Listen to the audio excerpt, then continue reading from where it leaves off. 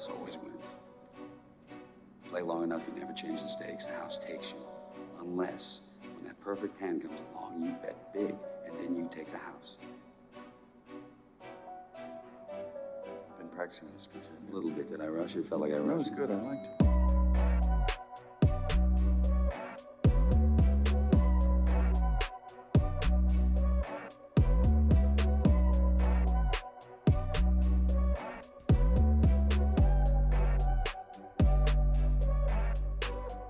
What's up, everybody, and welcome back to the Big Easy Bets podcast. I'm your host, Logan. With me in the studio, Nick Von Brick. Yo. We got Bam in the control booth. What's good? This is episode 249, the college football playoff semifinals, and it's also NFL wildcard weekend.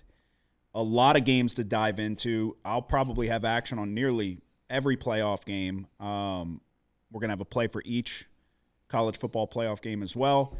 So a great week of football ahead. Hit that like and subscribe button if you don't mind. We got a lot to break down, a lot to talk about. Our Circa Millions contest is in the books. We're going to talk about the good, the bad, and the ugly, and kind of do some housekeeping in the NFL. It was Black Monday. A lot of coaches fired. A lot of big-name coaches fired. So a lot to get into. Episode 249. Well, I guess start it off. Also, let me say this. I apologize to the Spotify and Apple podcast listeners. I am not intentionally I've dropped the ball and not uploaded, I think, 2 episodes now in the last month. And that's on me. I with this contest and no excuses, I used to do the Spotify Apple side first. Lately, I've been doing the YouTube, getting that uploaded. And if I'm being completely honest with you, I would prefer you, if you're on the fence and you don't have a preference, I would prefer you to listen or watch on YouTube. But that's on me. I gotta upload the episode there, and I'll make sure to do that going forward. So if you're listening to this in your car, I apologize. But I do feel like a weight was kind of lifted off of my shoulders in the aftermath of this contest. What were your thoughts? Did you feel pressure? Yeah. Because we didn't really talk about it I made it clear I felt pressure. But we didn't, dive into it. And, you were also dealing with extracurricular shit throughout the year. So we had a little bit different experiences, you know? Yeah, the last week, we had to have a good week. And I think either way, no matter which way we went, we were going to probably end up having a good week. But we tried to go with some less popular picks in hopes that the popular ones ended up losing, but most of them won. Yeah, and under normal circumstances, so we didn't say, our final record, we ended up, this is our first time ever doing it, first entry, didn't really know what to expect. We went 53, 35, and 2. We finished 83rd out of nearly 6,000 people. Top 100 place, you make money. So we did that. And that was the goal. That was the number one goal. It's on the whiteboard. It's been on the whiteboard all year, was to place in the Circa Millions contest. So we did that. We tried to – it was week 18, a ton of line movement, and these are stale lines that come out on Thursday. So by Saturday, some of these lines doubled. You saw the Rams as 7-point favorites. They were laying 2 touchdowns come kickoff, and there was multiple different teams doing the same. So – we went 4-1, which I'm proud of and happy, because that's not the case. I was looking at a lot of people's picks. There was people in the mix for top 10 that went 0-5, and I'm like, oh my God, how did you fucking pull that off? But the thought process was we didn't want to just get into the money. We wanted to try to jump up as much as we possibly could. So to do that, the path to doing that was to not pick the Rams -7. In hindsight, that cost us a nice, $5,000. But we swapped Rams for Bills. That's true. But the Rams were kind of the gamble was the Seahawks coinciding with the Rams. And the Seahawks were your lock. I bet the Seahawks. We took the Seahawks in the contest. In hindsight, it should have been they were a package deal. But with that being said, the logic makes perfect sense, and that's if the Rams don't cover, and the Cardinals were in that game for a decent bit. If the Rams don't cover, that's so many people that are getting a loss that we avoid. And we would have jumped up a pretty decent amount more. Because it was one of the most popular picks was the Rams -7. So we took the gamble. I can live with it. I'm not losing sleep over that. My overall thoughts with the Circa Millions is, one, I'm super happy that we did it because I think it opened up new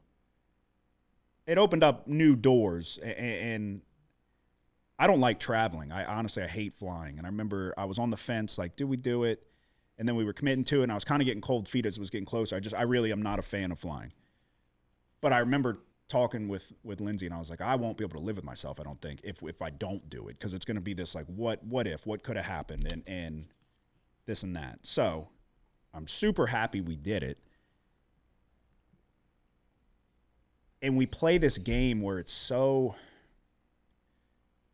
This game we play, the losses are so much more magnified than the wins.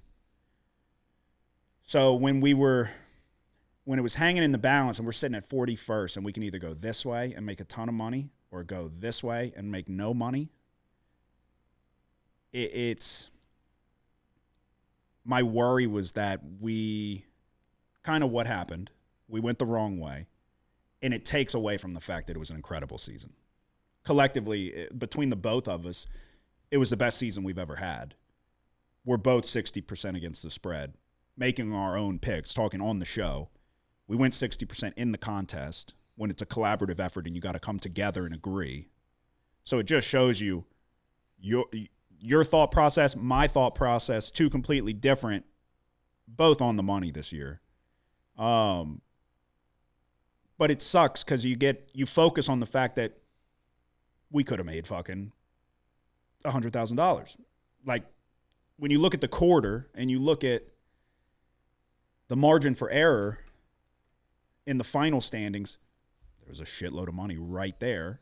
So it's hard not to focus on that. But that's I texted my dad about it. I was like, the prize money doesn't match the accomplishment, which kind of sucks. Yeah. Because 83rd out of 6,000 of the most committed sports bettors in the NFL, that's an incredible accomplishment. And it's the first time we did it. And so I'm happy we did it. And I think that there's a lot to be proud of, but it would have been really fucking nice to make a ton of money. You know? Yeah, I mean, we our loser was Titans. Cam Ward scores the opening drive touchdown, and that's it for him for the day.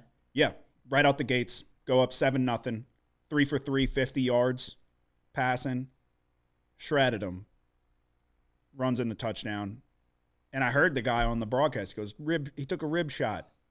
I'm looking, I'm like, I think it was his shoulder. And then they go bring him to the back, and they're like, yeah, his shoulder, he's done. I'm like, you've got to be fucking kidding me. I think that was the 4th week in a row we had a starting quarterback get hurt. And that's what's crazy. We went 53, 35, and 2. And I mean, I say this often, but I would say we did not have luck on our side this year. You may disagree. We have different perspectives. I don't think we had luck on our side. Obviously, we did with the Bears game a couple weeks back against the Packers. That was a fucking miracle. But you had the Ravens blow a 15-point lead with 4 minutes to go, week 1. You go back and look at week 1, we started out 1-4. And that's what's so impressive. I think through 7 weeks, we were 2 games under 500, and then we rallied off a fucking 29-10-1 run. As hot as can be. But you go look at that first week, Younghoe Koo misses the kick to force overtime for the Falcons in a game that they handled and should have, in my opinion, won. And then you had the Saints, 6.5-point underdogs, lose by 7. Jawan Johnson can't catch a ball right in his hands at the end of the game. So we go 1-4. Minimally, that should have been 3-2, 2-3 at worst. Then you have the Rams on a game-winning field goal that's meaningless if it gets blocked, unless the one thing that happens is that it gets returned for a meaningless touchdown. Wrong side of that. We had multiple 99% chance of victories turn into losers. And when you look at the razor-thin margin for error, 4 more wins, you're talking 50 grand. Like maybe not that much, but you're talking, I mean, close to it. I mean, what? So 60, was it 60 points was the winner? Yeah, I think. Yeah. Something around either 60 or 60 and a half. We were 54 points. Yeah, I think it was, yeah. So, I mean, you're talking, I'm pretty sure 57 and a half wins was top 10. And top 10 is at least 90K. I think 10 gets 90,000. So, yeah, no, and that's the thing. The prize money, our winnings do not match the accomplishment, in my opinion. So, I think, and I stand on that. I don't think we had the ball bounce our way this year. There was a ton of times where I was pulling my hair out where I'm like, I cannot believe this. I can't believe this is going the way that it's going. I texted you. I told you. I said, we don't need to get lucky. We need to stop getting unlucky. And I think that's what happened. And then we went on an incredible run. And my overall thought, too, my biggest takeaway was I think the problem for the majority of people is that winning a ridiculous amount of money feels impossible. So you're like, that's not going to happen. That's no way. We're not going to win $100,000. We're not going to win however much money. Like, that's impossible. And it became super real in that third week of the third quarter where, I mean, we were a half point away from 30K, a full point away from 90K, if we're being honest. But going into that final week, you go 5-0, we're going to win outright. We're going to win $150,000. So we're five winners away from $150,000, or 4 winners away. Like, you get what I'm saying? That week didn't go our way. I can live with it. I think we went 2-2-1 maybe. But that's when it became real. Like, it's right there. It just doesn't feel like, I think that's why most people are not successful, because they don't feel like they can be. And I don't feel like that anymore. I don't feel like it's unobtainable or it's this thing that's impossible to get. And I never felt like it. I wouldn't have entered if I remember sitting in the airport looking at the past winners, and it felt daunting when you look and you're like, every single year they're going 65+% to win. And in my head, I'm like, or I even said it, I'm like, we can do that. But you're also like, fuck, that's going to be hard. And it's like, how realistic is that, I guess? So it was a success at the end of the day. The goal on the whiteboard was to place in the Circa Millions contest, and we did that. We were right up there in the mix with some of the sharpest NFL gamblers on the planet. I stand by what I said. We're the sharpest NFL gamblers in Louisiana, if not the Gulf South. And yeah, we had 1 entry. A lot of these people have, 10 entries. Yeah, 1 entry, first time ever doing it. And I think also, too, I like when I sit back and reflect on it, I'm glad. I think a lot of people, like my number one advice, and I'm not really somebody that should be given advice, I guess, would be to find something that makes you feel the way that I felt over these last 3 months. And that's excitement, disappointment, stress, the entire range of emotions. Jumping out of my chair, like, oh my God, when the Bears make that comeback, to falling basically face first on the ground, like, I cannot believe it when the Rams get that field goal blocked. I feel like that, there's people that just go through the motions. And I'm not going to be one of those persons. So I'm one of those people. So I'm glad I found something that I questioned, what the fuck was I doing before I started doing this? So that's kind of where I'm at. Yeah. And I look forward to the future contest and everything coming up. And I look forward to the big win, because it's going to happen. And I think if you put it out there and you manifest it, it will happen. I told Bam we were going to go fucking golf at the Wynn. We were going to – and it'll happen one day, just not this year. You got any main takeaways? I don't know, dude. It's – okay, like 60% for the NFL is difficult, right? It's extremely difficult when you're forced to pick 5 games only against the spread. So you can't use point totals. You can't take first half bets or anything like that. So I don't know. It's like to have one entry and place in the top 100 is extremely good. But at the same time, you're looking at it like a missed opportunity because it's like to expect to pick 60% against the spread, having to pick 5 games a week every year is like, it's not realistic. Yeah, like we might go a couple years where if we only have one entry, we probably won't be in the top 100. I don't think we'll have one entry next year for what that's worth. But yeah, no, I was thinking about that. That makes next year exponentially more difficult because the odds of doing it back to back are so slim. And that's what people don't understand is that going 60%, exactly what you just said, where you have to pick 5. There's weeks where you're like, I like 2, and you'll go 2-0. But, okay, you got to pick 3 more between games that you don't really like. And you got to find you got to compromise or go, okay, we're going to take a chance here. And, yeah, it's extremely difficult to find 5 that you feel good about. I'm going to be honest. I don't know that there was one week where there was 5 that I loved or liked. You might have 3 and 2 that you're taking a shot on. And that's the way you got to do it. But, yeah, it's going to make next year much more difficult. But I also think it was my closing thought is that it was a 100% a success. Like you said, it does feel like a missed opportunity. I think this year it was 100% a success. Even if we do this next year, that's a failure. Now, we got to this point year 1. I'm not saying you expect to run the gauntlet every single year. I understand this game and how it goes, and I have a realistic approach. But I don't think we come right back next year and be like, nice, we got 83rd. I think the expectations should be raised. If not, you'll be lucky to get back to the same spot where you were, you know? Van, what are your thoughts? You got a front row view to one of the sharper seasons you'll probably ever see in your life. It's pretty awesome to see. That was poetic. That's all we get. No, it was cool seeing kind of y'all go down early, but then y'all spent the time, made some really good picks, and then just locked in and then got all the way to the end to where if that week 16, 17, if you just go, I don't want to bring up the past or anything, but, you know, next year, that'll just make y'all work even harder, you know? Yeah, no, I mean, we just got to get lucky.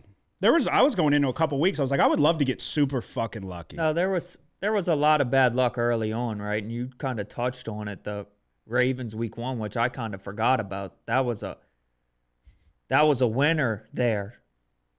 People don't. Just I remember snatched from your hands, and then the Eagles obviously against the Rams is the most unlucky thing. But then we had another game where we were on the Texans against the Buccaneers. Toa. And he has them fucking sacked on Dead a 4th to down.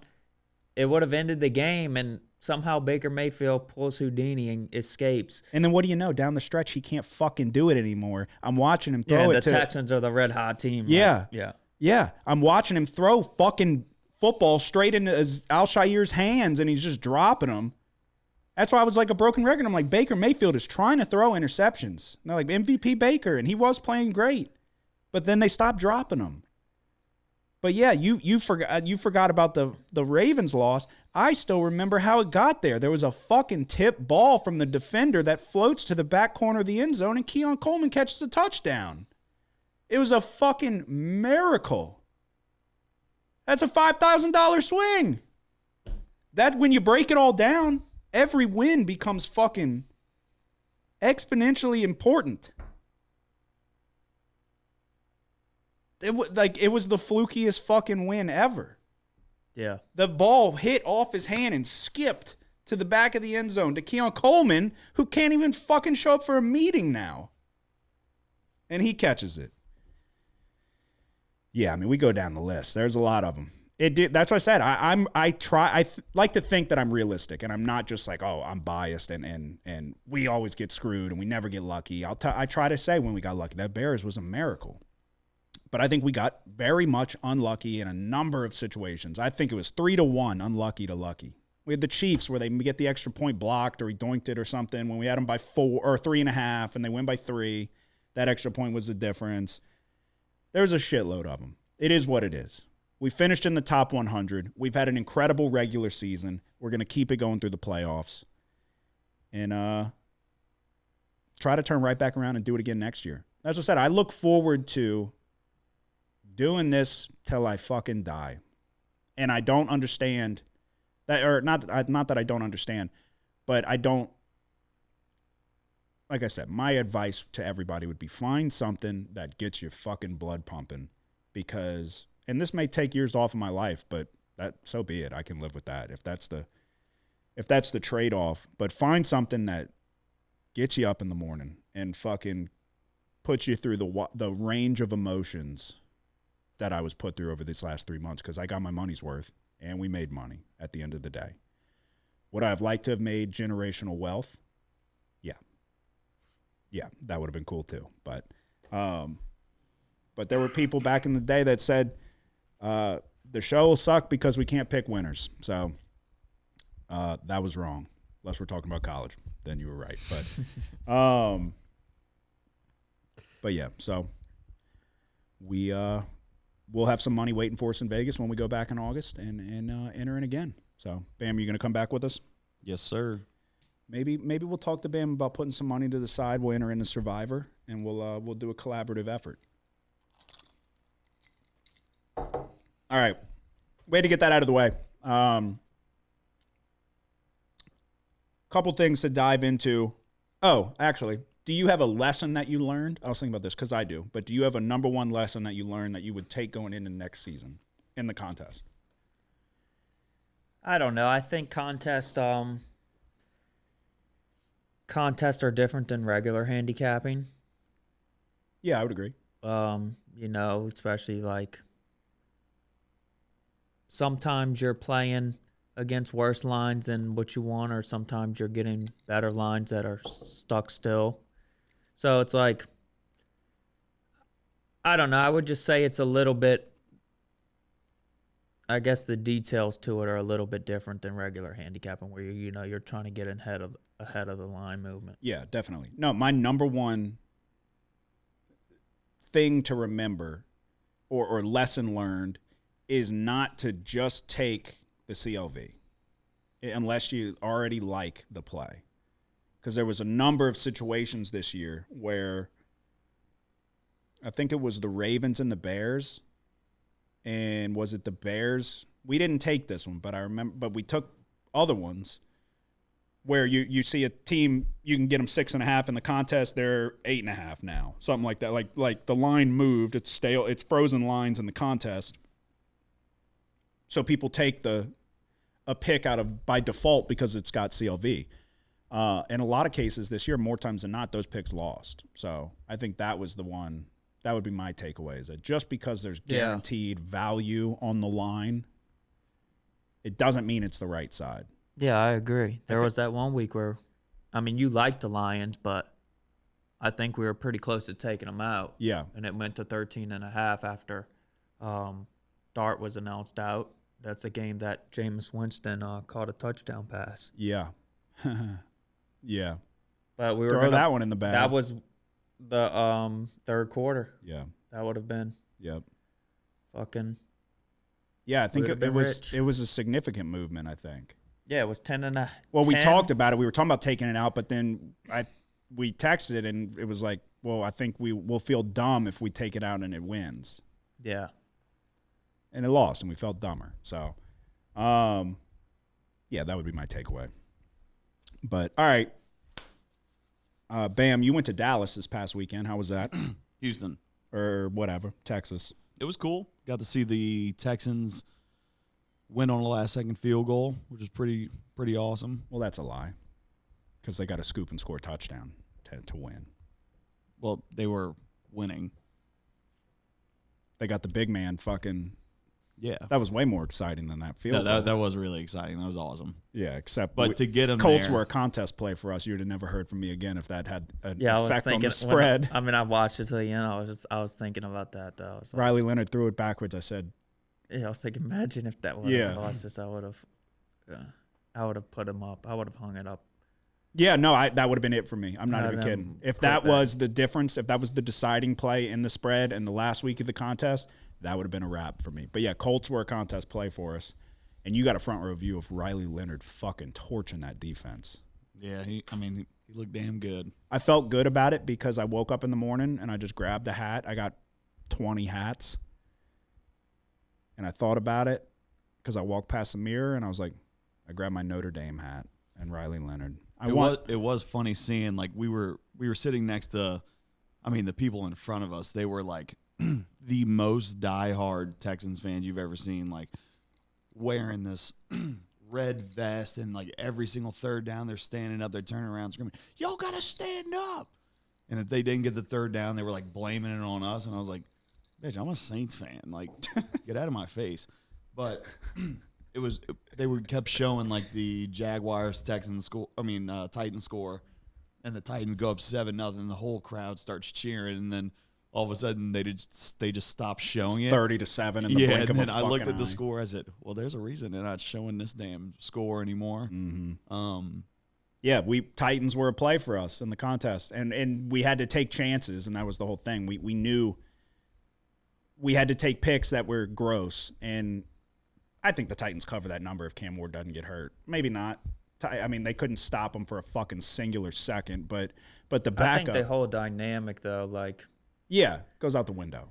That backup fucking sucks. Brandon Allen. Yeah. What the fuck, man? He threw one ball on like a little wheel route up the right sideline. I was like, okay, maybe. And then he came back and threw the worst fucking pick six, and I'm like, I don't get it. There's nobody better. It just shows you how hard it is to play the position in the NFL. Mm-hmm. Because Jesus Christ, man. Clayton Tune, Josh Johnson, these shitbags come in and it's like interception right away. Can't help it. All you had to do was not turn the ball over if you're Clayton Tune. I don't know. yeah, because I think even in the second half, the Titans had pulled some starters on defense too. It's like, even being down 31-7 at halftime, it's like, I think that's the one thing is Jacksonville never let the foot off the gas. I was like, maybe if they let the foot off the gas and we can get lucky with 2 scores and maybe get a push or Yeah, I thought that they would sit end, Lawrence down at some point. Yeah, they didn't. But yeah, overall, outside of the game, how was the city, Bam? You had fun? Yeah, it was cool. Went to a couple fun little spots. You got a little drunk one night. What does that mean? I was gonna say, you got nothing for us? No, I got a little drunk one night. They have these Ubers over there, but they're Sprinter vans, and you can like hook up to the aux. They got like shit going on, so it's like a little party bus. That was pretty cool. But then we went out to eat at this place called Mastro's. Dude. Sure it's not Maestro's? No, it's Mastro's. Okay. But best steak I've ever had. Yeah, but you're a big prisoner of the moment. You're probably just having fun. No, Sure, it was a great it steak, was- but best you ever had? Yes, it was 100% the best I've ever had. Vibes were probably high. You were having fun. You're like, this is an above average steak. And so No, when you it- add in the whole kit and caboodle, he's like, I've never had a better steak ever in my life. It was really good. But yeah, Houston School is the first time I've been back there since Katrina, so that was a plus. How old were you in Katrina? 4? 5 or 6 or something. I don't remember. Did you probably told people that? I haven't been back here since Katrina. Did you say that? I told one of the people that I was with. yeah, shit looks way different now. Yeah. It's not like I remember it when you were sipping out of a sippy cup eating graham crackers. I did see the same hotel we stayed in, though. Yeah. Did you do anything that you regret or were embarrassed about? Not really. Okay, good. Good. It was a good trip. I texted Bam. I said, y'all hammered the Texans because y'all were there watching in person? He said no. I don't believe it. We didn't. I don't believe it. We actually didn't take anything. I told you. I said I was gonna take a first touchdown score, but stayed away because I didn't want to sweat. Yeah, but you were definitely sweating. All right, couple things to break down in the NFL coaching carousel. Really, just going over a couple things, and then we'll get into the recaps and the best bet for the college football playoff and NFL playoffs, so on and so forth. You've got the number one thing: John Harbaugh fired from the Ravens. Right move, wrong move? I don't know. This kind of, to me, it feels like an Andy Reid situation Could be. where maybe both teams benefit in the end. I mean, both sides benefit. Like, the Eagles fired Andy Reid, and then they won a Super Bowl with Doug Peterson. Yep. A few years later, they won another Super Bowl with Sirianni. It's like maybe, and then the Chiefs became a mini dynasty for a little bit, but it's like maybe that kind of happens there. I still think Harbaugh is a good coach. I think wherever he ends up, the team is going to be successful. Yeah, I would agree. I think he's an above average coach, and maybe even borderline that top tier coach in the NFL. So yeah, I think whoever gets him, you'd be in a much better situation than where you are currently.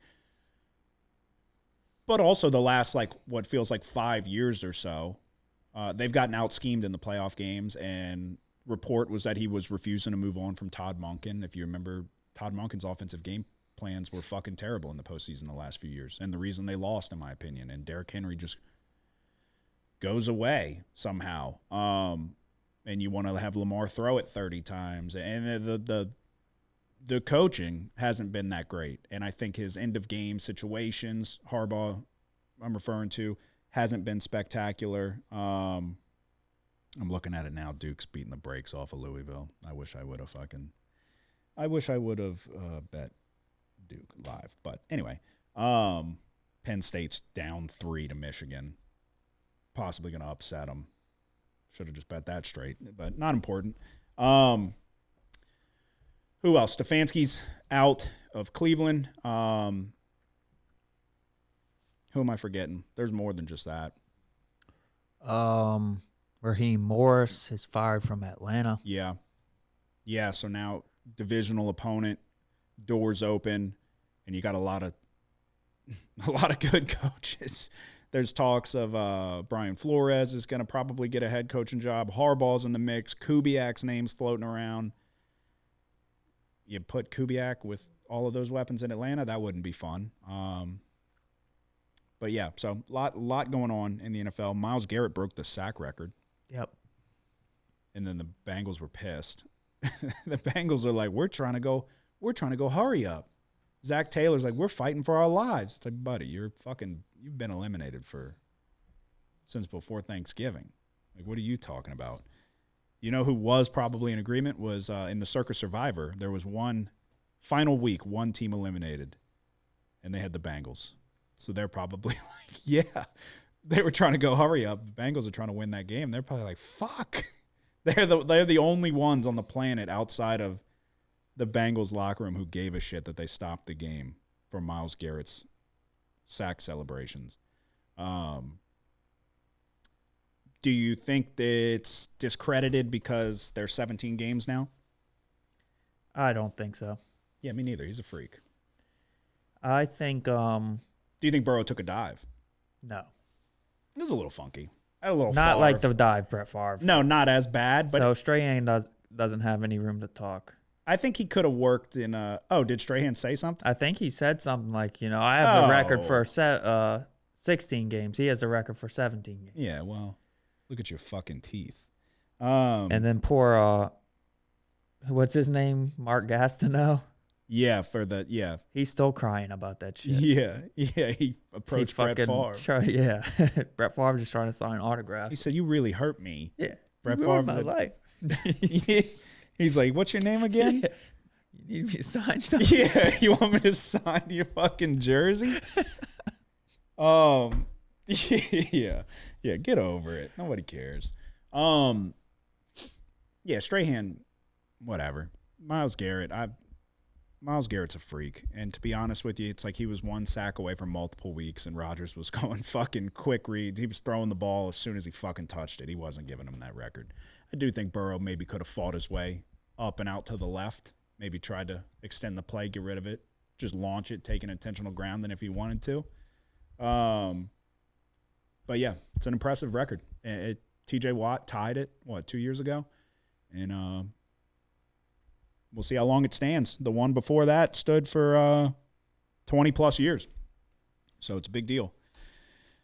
All righty. We'll get into the recap. We'll get into our best bets for the college football playoff. I have 2 currently I'm open to adding, but it's only 2 games. So very quick recap in bowl season. I say that every time, and then we normally go much longer. But it was a good run up until the games we gave a shit about, which when it's those ones that are hanging in the balance where it's like, who cares? I'm as sharp as they get. Iowa plus 5.5. They win outright against Vanderbilt. Duke -3 was a push, but they scored 42 points in the push. The over was the play there by far. I talked about all the opt-outs for Duke were on the defensive side, and it was already a subpar defense from Manny Diaz standards coming in. Michigan +7.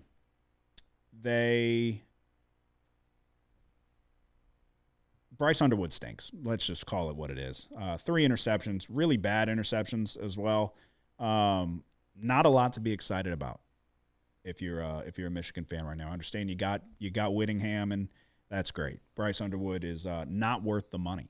We'll see if that changes. Did you see the viral clip going around about Arch Manning? No, what? When it was the camera from the end zone angle, and he breaks off that long run, and he scores, and he runs up and he looks at the camera with his weird side eye for a second and a half, and then just walks away. No, I didn't. I'll have to show it to you. It's funny. All right, well. Utah -14. They beat the shit out of Nebraska. You want to talk about another team not in a good spot?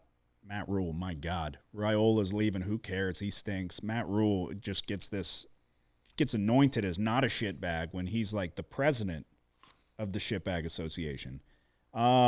Texas State -14. Another big spread. Another easy winner. 41-10. They beat the shit out of Rice. Navy -7. They beat the shit out of Cincinnati. Arizona -2.5. They went down 24-0 at halftime. They made this a game, 24-19. They lose. So, tale of two halves. Couldn't get it done in the end. Mississippi State -3.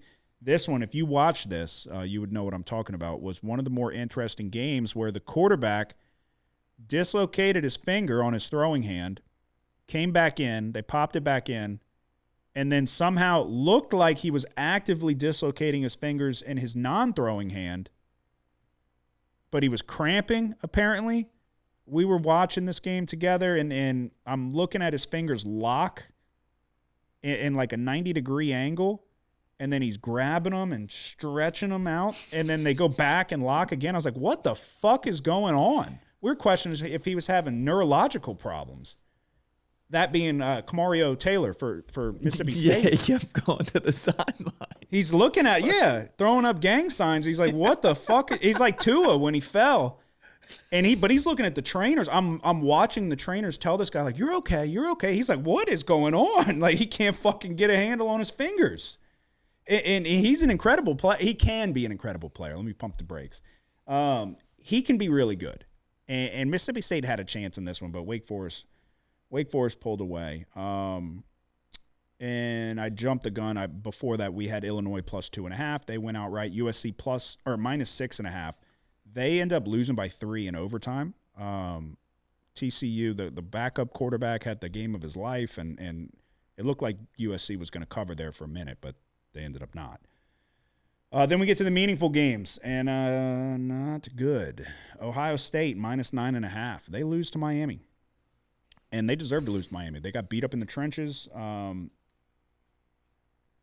That defense is the real deal for the Hurricanes. So Texas Tech +2.5, my lock of the week, my biggest bet of the season.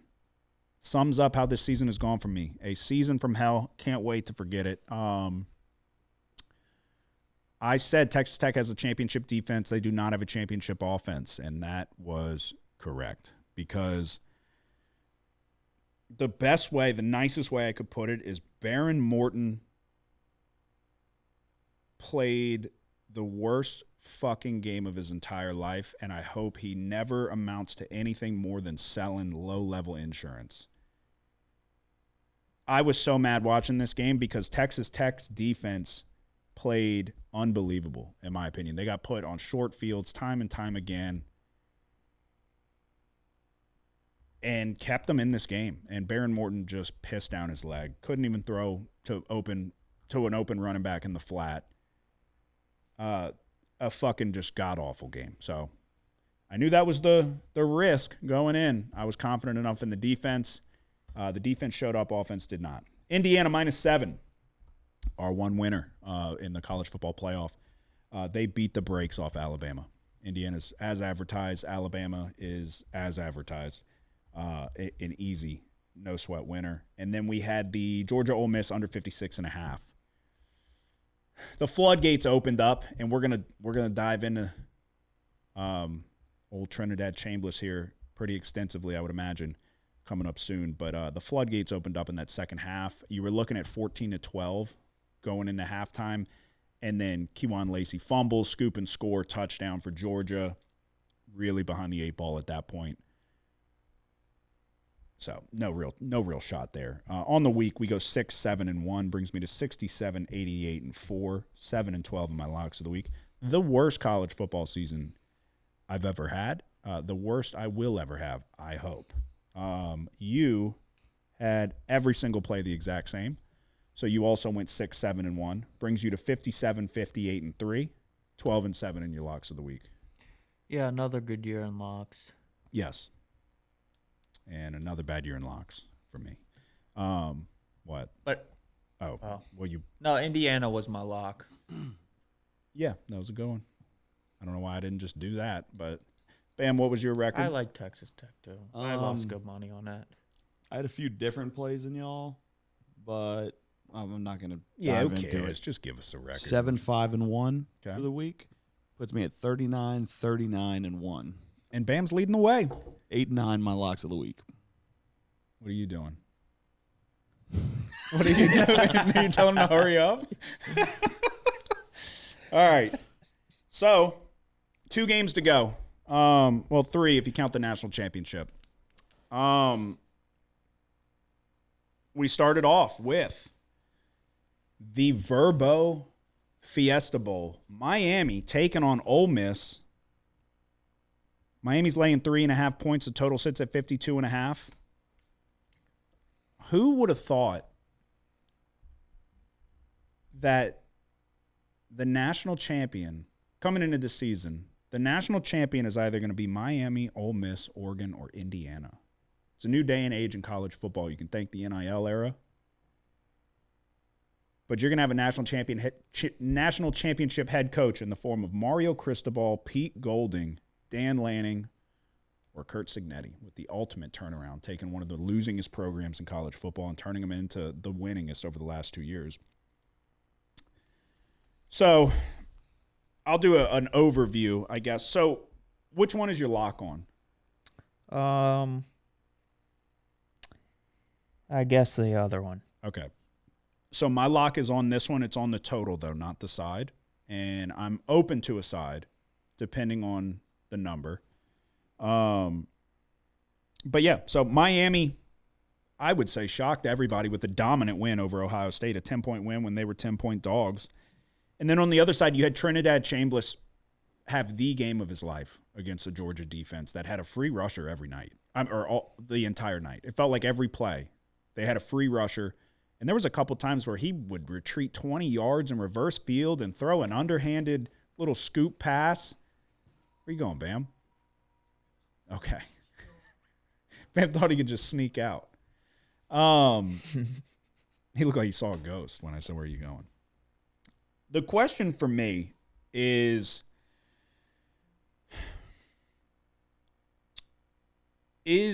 Ole Miss going to be able to run the ball on this Miami defense? Because if not, and it's going to be a tough task because this is a good run defense, is Chambliss going to be able to make the heroic Superman plays again all night? Because I think he'll have to. Because if you dive into that Georgia team, that defense was playing much better down the stretch. But it's not as good of a Georgia defense as what we're accustomed to. It's not as good of a Georgia pass rush as what we're accustomed to. This Miami team is a different animal. You got first-round pass rushers on that side of the field, obviously led by why am I blanking on his name? Reuben Bain. You got Mesidor. You got a bunch of people over there. Ole Miss deserved to win that game too against Georgia. They outgained them by 130 yards. And if you're looking at by Pro Football Focus, if you want to put stock in that, they grade Miami's pass rush as the highest in the nation, number one. Like I said, I'm on the side currently. Which way? You're on the total? Or yeah, that's what I meant. Sorry, total. Yeah, I think it's pretty difficult. And you expressed some of the concerns that I have as well, but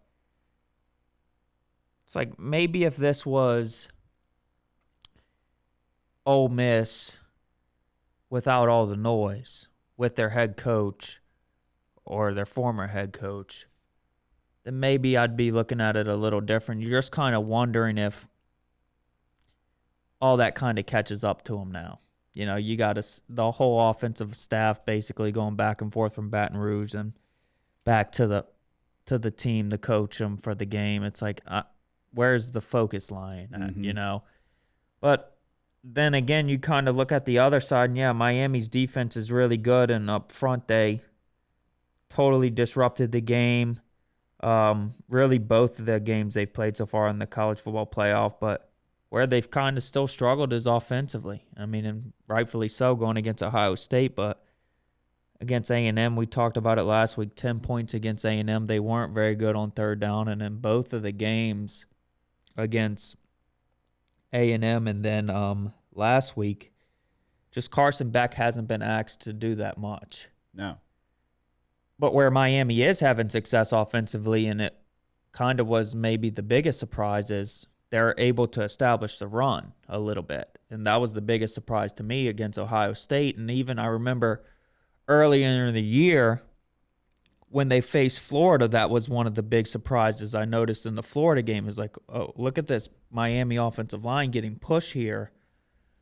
They've got NFL talent at the tackle position. And yeah, no, they've got guys. And that's Mario Cristobal's claim to fame. So they've been getting it done, even though Beck has really not been forced to put the game in his hands. Yeah, I think the offense is struggling, but I think it's struggling on paper, but they're playing the style of play that they want to play. They're not going to let Carson Beck lose them the fucking game, and he's capable. So, yeah, Mark Fletcher's running the shit out of the ball. He was the reason they won 10-3 against Texas A&M. He broke off 2 long runs in that game. That was the difference.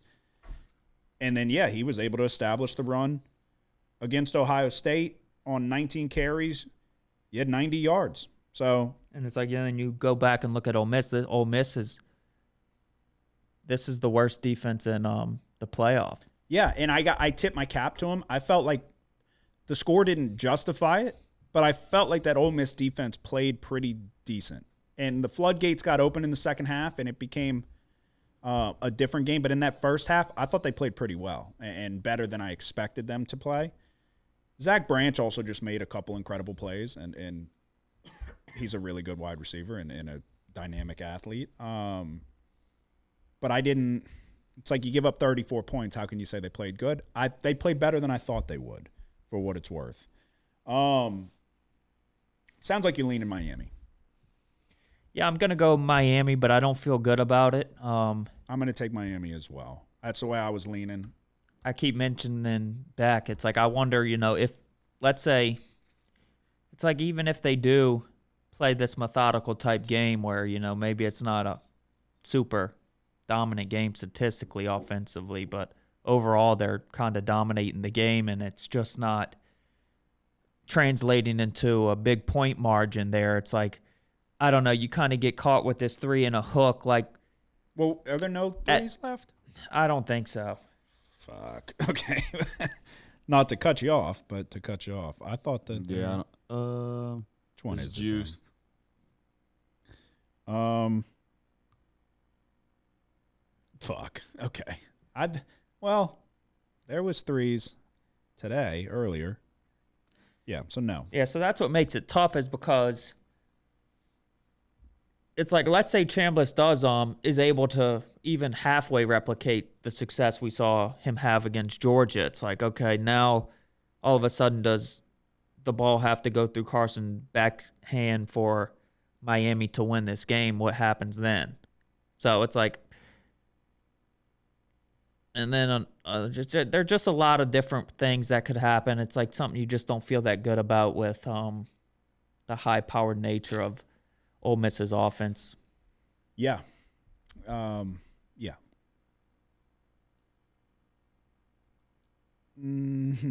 But yeah, I'll go Miami minus 3.5. I'm gonna scrap it. I think I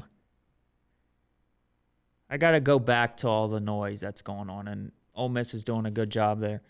Apparently, keeping all their best players, and they Sticking it to Lane Kiffin. stole our 5-star offensive lineman, Karius Kern.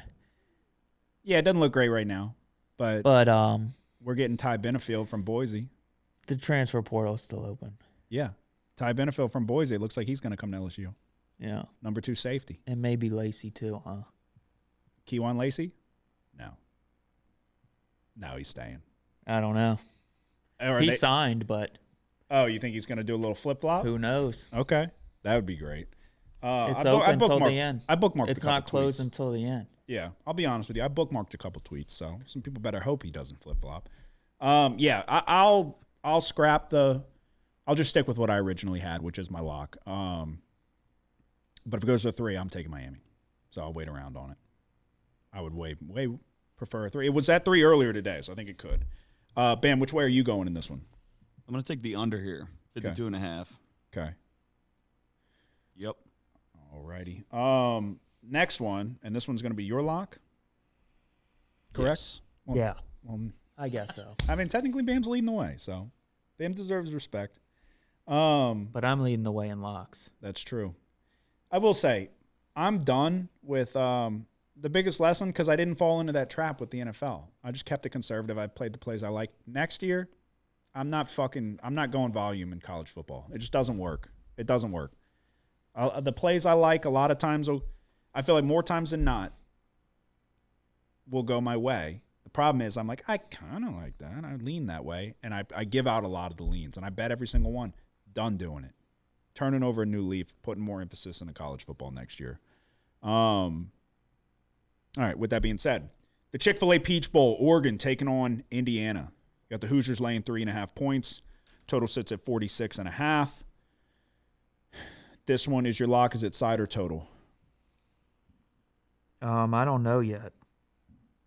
God damn. I'm not undecided. I'm decided on side and total. I don't know which one I'm gonna go with yet. Okay. All right, so just to break it down, and I'll give you my bet, and you can see where you go from there. I feel like we probably won't be on the same side, but you never know. A rematch from earlier in the season. Indiana won the game 30-20 on the road in Autzen.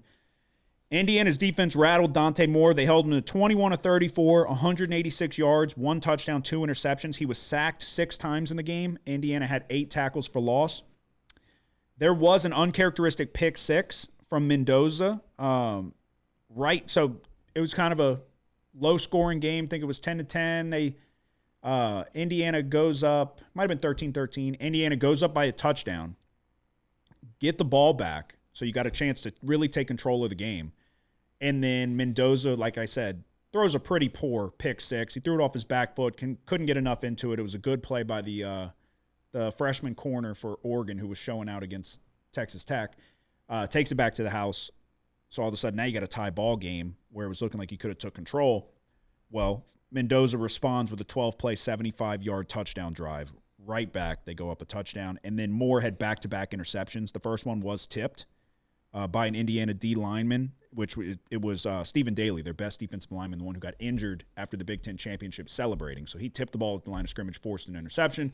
Second interception was a bad throw that he forced into zone coverage. There has been talks of Oregon's wide receiver Evan Stewart trying to play. He hasn't played, I don't think, at all this year. I think he got hurt in camp. He was expected to be the number one wide receiver, so that would be big if they get him back. Who knows? 50-50. The way I'm looking at this, to be quite honest with you,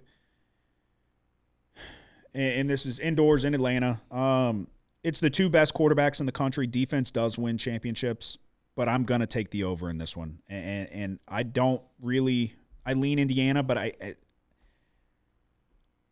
I'm sorry. I lean at the 3.5. I kind of lean Oregon, but I don't want to fade Indiana and Mendoza and Cignetti, and I think Mendoza's the better quarterback. I do think that Oregon has a path to success pushing the ball down the field. They want to do a lot of the East and West stuff, and that doesn't really work against this defense, but I think that they can get them if they push the ball down the middle of the field, and I think we see that with Dante Moore. And then I think that Indiana's offense will be able to move the chains and will be able to put points up on the board. I felt like it was 30-20 in that first meeting. I felt like they could have won by more, and Indiana handled that game for the most part. But I do think it's a noteworthy loss that Stephen Daly's not in this game, and they were using him at the fullback position. They were used in goal line situations. They used him a lot. He was their best D lineman. The question mark coming in for Indiana against Alabama was who's going to be able to generate pressure and get after the quarterback, and they need other guys to step up in his absence. So I expect a sharper approach from Oregon on the offensive side of the ball. I do think, said it a bunch this year, that Indiana's defense was on par with Texas Tech's. Texas Tech's defense played incredible. Their offense did not put the defense in bad situations. But I'm going to go over 47. I had 46. I saw the over took some money. I'll still take over 47 as my best bet in this one. What are you thinking? Were you leaning under? No. You were leaning over? This is my lock. Okay. Well, I wonder which way you go. Well, you said you got two, right? Yeah, I'm going to go ahead and take Oregon. I'm going to take Oregon plus the points. Okay. And, yeah, just going back and watching that first game, I thought early on Oregon had some success on the ground, and then in the second half, Indiana really did a good job of limiting that and putting Oregon behind the chains. But I thought there was some opportunities early in the game for Oregon where, Dante Moore was a little bit hesitant and maybe afraid to let the ball go. There was one wheel route that I thought would have resulted in a touchdown, but there was a defender underneath, but I thought he could have passed it over the top and put it in the end zone for a touchdown. But, Top left? Yeah. Yeah. And I don't know. I think he's a little bit different of a player now than he was then. I think he is a little bit more willing to, make those anticipatory throws and stuff like that. And then on the other side, it's like every time I watch Indiana, I'm so surprised of how their skill players just win all these one-on-ones. It's like they'll get the ball, on a crossing route, man coverage, and you think they're going to get tackled for a minimal gain, and then they break the tackle, and it's a 12-yard gain or something like that. So, I don't know. Omar Cooper made an incredible catch in this game. Yeah. The one-handed, broke 2 tackles to move the chains, and you got Surratt, you've got some quality tight ends. They've got weapons. But, yeah, I just think this game's really close. If this game was, if the point spread was, I think it would have to be 1.5 for me to want to take Indiana. I think anything above 3, I think I have to go Oregon here. So. Well, what do you mean 1.5, 2.5? You wouldn't take Indiana? I don't know. Hypothetically, if I didn't have to bet it, I'd probably staying away at 2.5, staying away at 3, but at 3.5, it's a go for Oregon, and then maybe at 1.5, I would feel comfortable taking Indiana. But No, I agree. I don't feel that strong about this game. Yeah. I'm rooting for Indiana, just as a fan. It's like, how can you not love Kurt Signetti? Yeah, he's the best, and that's exactly what you want your coach to be. And it's like they had the video of him pregame where Pat McAfee's on the sideline and he sees McAfee and he goes, just points like he's just I don't know, he's funny, and I've always respected the people that talk the talk but also can walk the walk, and he clearly can and will. And yeah, it would be a completely new age in college football if Indiana wins a college football national championship. It's almost like you're like rubbing your eyes and like, is this real? And they're already doing pretty damn good in the portal. Yeah, they're doing really good. Yeah, wow. They're not going anywhere. Yeah. Indiana's not going anywhere. But yeah, this Oregon team at 3.5, I certainly lean Oregon as well. Maybe I end up getting invested in it at some point, but for the sake of the show, my only play is going to be over 47. Whittington and Davidson and they're going to be able to have success running the football, I think. And Indiana also had success running the football in that first matchup as well. But you got a lot of good receiving options, and if they do get Evan Stewart back, all the more the merrier. But you got a lot of talented guys, and I could just, with the number 1, number 2 quarterbacks projected in the draft, I understand defense wins championships, but I think we could see these two quarterbacks kind of duel it out and go head to head. So that is which way I'm going, over 47. Bam, what about you? Lock. Okay. Put us on a cliffhanger there. All righty. All we have left are our locks of the week. No such thing as a lock, but if there was. It's a lock, Kramer. You've had this thing under control for almost 3 years now. But it's a lock. They need that fucking juice. They need that next bet. They need, come on. Yes! When they win, they go fucking crazy. You're a bad motherfucker.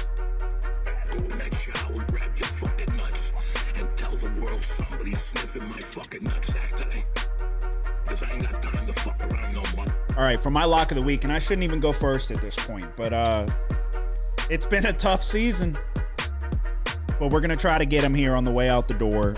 My lock of the week is going to be Miami Ole Miss first half under 26.5. It's at FanDuel for what it's worth, because there's discrepancies you can find depending on which way you want to go. There's multiple numbers out there. The way I'm looking at this is, if you're Miami, you know what Carson Beck's capable of, and that's turning it over and losing you the game. I don't think they're going to allow it to happen. You're going to lean on Fletcher, and you're going to try to establish the run, and that's exactly what Ole Miss is going to try to do as well. They're going to try to lean on Kejuan Lacey, establish the run. You don't want to get in a situation here where you're going quarterback versus quarterback, because I think Chambliss will win that battle. So, and Golding's a defensive guy. I think we see a conservative approach on both sides. I think that Miami clearly has the superior defense. Ole Miss's defense in that first half against Georgia I was impressed with. So I will go first half under 26.5 as my lock of the week. Two teams that want to establish the run. You don't want to lose the game in the first half. Carson Beck is capable of doing that for you. They've been protecting him in these situations and not putting it on his shoulders and willing to lean on the defense. Do they come out and air it out right out the gates? I just don't see it. So yeah, first half under 26.5 will be my lock of the week, and Ole Miss, Miami.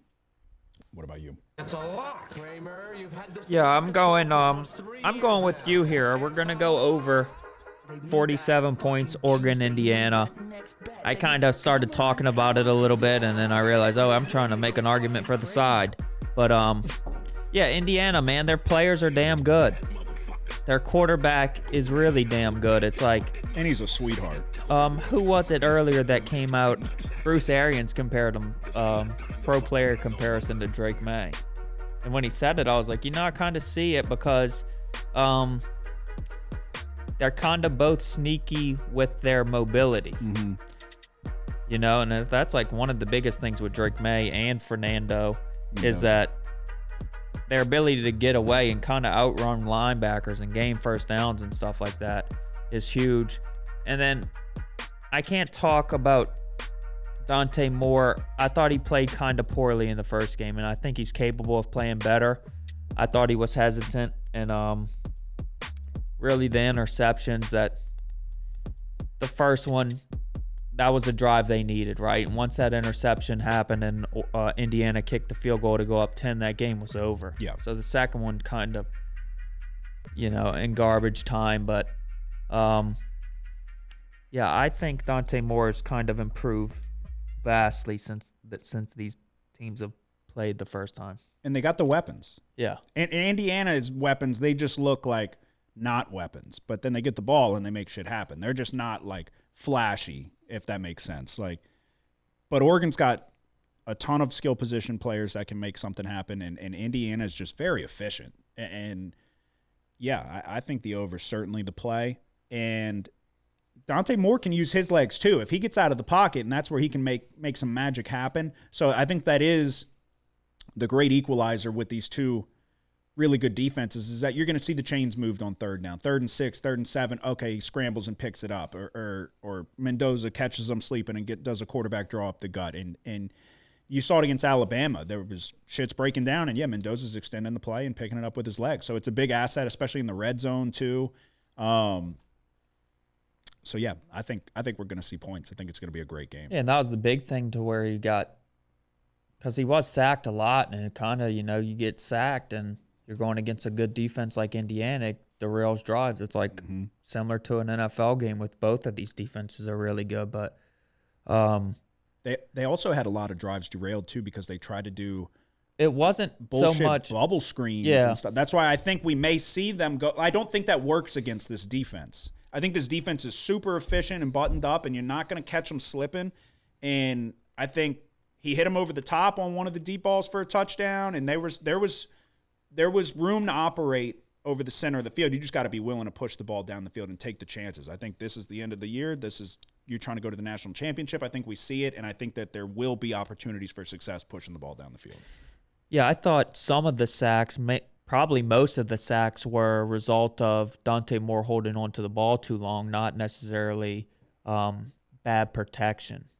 Yeah, well, Indiana really doesn't send a ton of pressure. They send 4 more than not, and they're dropping people into coverage. So, yeah, maybe it was some coverage sacks, but they don't dial up or send in 5 or 6. Like, that's not the way that they play. So, yeah, I agree. I think there was indecisiveness on Dante Moore's part, and I think you saw him settle in, and I think you're going to get a more aggressive Dante Moore in this matchup. So you got nothing to lose other than a national championship. But Bam, you're a lock. I'll play the music for you, even though you can't hear it. Thank you. I'm fading Nick here. I'm taking Indiana -3.5. Interesting. You're leading the way. Should people listen to him over you? Huh? Is that a serious question? I do like Indiana. I do. I don't. It's too many points, Bam. This is a 3-point game. If you don't think Cignetti's going to have these motherfuckers fired up to make that national championship and just belt to ass. Hold on. Time out. Wait, hang on. Time out. No. I know what you're going to say. Time out. I used to. We've grown as a podcast. We've grown as sports bettors, and you're going to get there. Do you, in your heart of hearts, think that Dan Lanning's walking into that locker room like, all right, guys, let's get out there? No, but this is totally different. They haven't won a conference championship since 1967. That's 2 years before my damn mom was born. Why did... You don't... Well, that camera just went out. Don't switch it, but... Okay. That's odd. Why'd that happen? Weird. They're gonna be fired up. It's dead. I think they're gonna. It's not plugged in. Oh wow. Oh well. What can you do? Well, can you plug? Yeah. it What in? do you think? I think it's gonna be a belt to ass. You think they're gonna beat the shit out of them? I think they'll win by 10 or more. Okay, I'll give you 6.5. You want to go head to head? You'll give me no. Like you lay 6.5 with Indiana. What, like 2-1? No, you fucking idiot. You just said you think that they're going to win by 10. I can get better odds on... Oh, okay, so you're not that confident. Can you plug that in? Or one of y'all. Yeah, let Bam do it. Jesus Christ, we're mid-episode. No. Plug it into the power strip right there. There should be the USB whatever. Yeah. And then see if you can turn it back on, the camera. It'll probably die again, so just don't switch it. But Yeah, I mean, look, I think Indiana is, last year they were a good Cinderella story, right? Mm-hmm. This year they're the real deal. 1.6 on the Zoom. But I still question, I don't know. It wouldn't surprise me if Indiana loses this game, but I still question, are they going to be the team that goes 16-0? I think it hasn't happened in so long. I mean, I do think Mendoza's... Since back before they were playing without helmets. But I do think Mendoza's the real deal. It's like even last year, Ohio State was so good, but this was an Ohio State team with 2 losses. It's like, I just think nowadays it's hard in this day of college football to, with the transfer portal and everything, I think it's kind of leveled playing fields. And look, Indiana, they don't have the big name recruits. They don't have the 4 and 5 stars, but it's like, I just think it's hard to go the whole season being undefeated in the college football these days. Yeah. But I don't know. I like Cignetti a lot. I think Mendoza's the better quarterback, and not by a wide margin per se. But I still have my doubts with Oregon. But at 3.5, I'm not saying. Yeah, I mean, I could see if I had to bet anything for an exact, it would be Indiana wins by field goal. So I'm not necessarily calling an upset, but it wouldn't be like a huge upset. It's not a giant point spread. So, but there you go. That is our best bets for college football. To recap, I'm taking Oregon, Indiana over 47, and my lock of the week is Miami, Ole Miss, first half under 26.5. We're taking Miami -3.5, Oregon +3.5, and Oregon, Indiana over 47 for the lock. We're going Miami, Ole Miss under 52.5, and Indiana -3.5 is the lock of the week. All righty, there you go. We now turn the page. We try to get back to what's been making us the money this year, and that is the NFL. We're going to recap another profitable week from last week. Everybody around the table hit their locks. And then we'll give you our best bets for Wild Card Weekend. To start it off, it was wasn't Thursday, but it was Saturday. I had the Seahawks -1.5. They won 13-3. That defense played incredible. Chickens came home to roost for the 49ers, basically, is what it boils down to. Offensively, though, for the Seahawks, you're kind of pulling your hair out of your head going, what the fuck is going on? Darnold, 20 of 26, 198 yards, just tried his absolute best not to throw interceptions, but they were having success running the ball. Kenneth Walker. My thing here with the Seahawks, I don't understand the reluctancy to give Kenneth Walker the football. And I know people in fantasy have had this problem all year. But Zach Charbonnet getting 17 carries to Kenneth Walker's 16. Kenneth Walker had 16 carries, 97 yards, 6.1 yards per carry. I understand Charbonnet had a good game too. 17 carries, 74 yards. He got the touchdown. I think Kenneth Walker, what the fuck is going on? Oh, it went out again. Yeah. Okay. Yeah, just leave it middle and you can keep it with him. We're having technical difficulties. We're battling through it. Just give it a chance to charge up, and then we'll put it back on in a minute. Yeah, I mean, this felt like the Seahawks should have won this game by more is what it boils down to, in my opinion. What did you think? Yeah, it was dominance, right? Yeah, I mean, when you really dive into it, they outgained them by 200 fucking yards. Yeah, it was a dominant win. It just didn't amount in a blowout in points. Yeah. Time of possession, 38 minutes to 22 minutes. They were 6 of 13 on third down, held the Niners to 2 of 9. And this was at 180 rushing yards to the Niners 53. This was a big money bet for us. It was a contest play as well. So my lock of the week was the Patriots. First half minus 6.5. I said, we're getting fancy. We're trying to big brain thinking. We didn't want the Patriots to look up and see that the Jaguars were kicking the shit out of the Titans and that, Jaguars got the,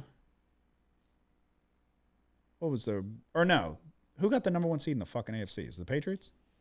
The Broncos. Right. That's what it was. I didn't want them to look up and see that the Broncos, who were playing the Chargers backups, that they're killing them, and then they end up benching their starters because they don't have anything to play for. So we said we're going to go first half minus 6.5. We got CLV. It ended up closing 7.5. And if you took 7.5, you lost. If you took 6.5, like we did, you won because Andy Borregales hit a fucking kick from Boston, and it went in. And it was a miracle, to be quite honest with you. And we almost looked like the biggest bozos on the planet because it was 17-10. Thank God for Borregales. It was nearly 14-10 going into halftime. The fucking Patriots outscored them 21-0 in the second half. They beat the brakes off of them. So that was lucky. And we'll take it. I remember I was like, I was not happy. I was like, this sucks. We're going to get fucked. Because Borregales had a kick blocked. And then there was an offensive pass interference call, which was bullshit, that they had to settle for that field goal that got blocked. And so it shouldn't have been. It was like a series of events that made this even a sweat, let alone what probably should have been a loser. And then the final play of the weekend was the Bears and Lions over 50.5. I regretted this pretty quickly. And this was one of those, I didn't love it. I should have just stuck with 2. I didn't want to only have 2. I was trying to find some other plays, but we forced this one and we paid the price for it. The Bears, I don't know what the fuck that was. 3 scoreless quarters. They scored 16 in the fourth. You could have made an argument to me that the Bears were trying to lose this game. But beggars can't be choosers, I suppose. We go 2-1, and we hit the lock of the week. That brings me to, and we close out the regular season with 55, 36-1, 11-7 in my locks of the week. It's over 60% against the spread, ladies and gentlemen. We fucking buried them this year. When I tell you I made money this season and I lost a fucking boatload betting college football, and we still had an incredible year. That's how good it's been in the NFL. You also went 2-1. You also hit your lock of the week. It was the Seahawks. You were on the Bucks minus 2.5. Very unfortunate to not get a cover here, but another beggars can't be choosers situation. Yeah, it might have helped us in the contest a little bit as well. Yeah, it did. Saints plus 3.5. Tyler Shock. This goddamn kid's good. He's incredible. He's good.